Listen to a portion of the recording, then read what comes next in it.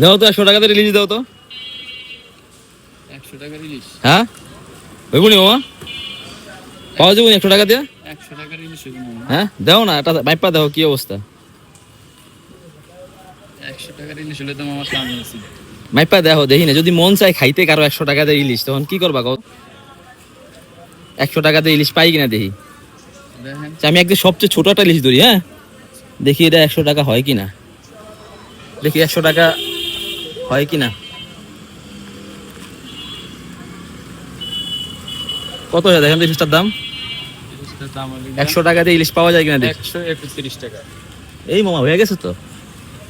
হ্যাঁ 131 টাকা। এই মাছটার দাম 131 টাকা।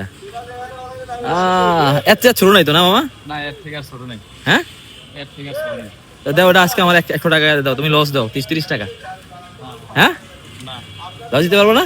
না মামা, রাখো রাখো রাখো না মামা। রাখো রাখো রাখো রাখো রাখো রাখো রাখো 100 টাকা রাখো রাখো রাখো রাখো বুঝছি।